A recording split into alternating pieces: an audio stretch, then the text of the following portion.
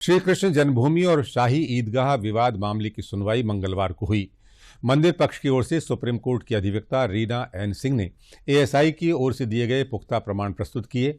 उनका कहना था कि एएसआई की जांच में पुरातात्विक खनन के दौरान ईदगाह के अंदर स्थित कुएं से श्री कृष्ण के मूल गर्भगृह के मंदिर की 8 फुट की चौखट मिली है। उसे चौखट के आगे के भाग पर नक्काशी की हुई है। चौखट के पीछे के भाग में ब्राह्मी लिपि में अंकित है कि ये भगवान वासुदेव का महास्थान है। ये चौखट मथुरा के सरकारी म्यूजियम में रखी हुई है। पूरे मामले की सुनवाई न्यायमूर्ति मयंक कुमार जैन कर रहे हैं। वहीं हिंदू पक्ष के अधिवक्ता महेंद्र प्रताप ने मंदिर पक्ष की ओर से कई प्रामाणिक संदर्भों का उल्लेख किया और कहा कि खनन में राधा कृष्ण की मूर्तियों के अवशेष भी मिले हैं। साथ ही कहा कि इस मामले में लिमिटेशन एक्ट, वक्फ एक्ट लागू नहीं होता। साथ ही तमाम राजस्व अभिलेखों में दर्ज कागजात को भी कोर्ट के समक्ष रखा।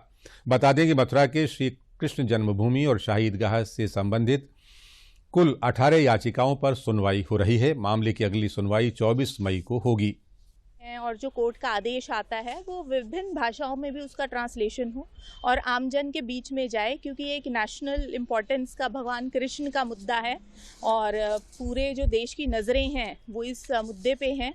तो उसमें फिर मैंने ये अपना विचार रखा माननीय न्यायालय के सामने कि ये जो ट्रांसलेशंस को लेकर के और कोर्ट के अंदर जो विभिन्न भाषाओं को लेकर के जो एक मांग उठाई गई है और सभी विभिन्न भाषाओं में विभिन्न क्षेत्रों में ये बात आम नागरिक तक पहुंच रही है कि कोर्ट के अंदर क्या हुआ और इस मुद्दे पे भगवान श्री कृष्ण के जन्म स्थान के मुद्दे पे जो कोर्ट में कार्रवाई है उसमें क्या हुआ। श्री कृष्ण जन्मभूमि और शाही ईदगाह विवाद को लेकर के कोर्ट नंबर 89 में जस्टिस मयंक जैन साहब की अदालत में इस केस की सुनवाई हुई और जिसमें कि पहले बताया जा चुका है कि पहले शाही ईदगाह पक्ष के लोग यानी मुस्लिम पक्ष अपना पक्ष रख चुका है और अब इस केस में 7 पर पोषणता को लेकर सुनवाई हो रही है, उस पर सुनवाई चल रही है और जिसमें हिंदू पक्षकार अपना पक्ष रख रहे हैं। लेकिन places of birth act, limitation act, possession act का यहाँ कोई औचित्य नहीं बनता है। इसको हमने डिफाइन किया है।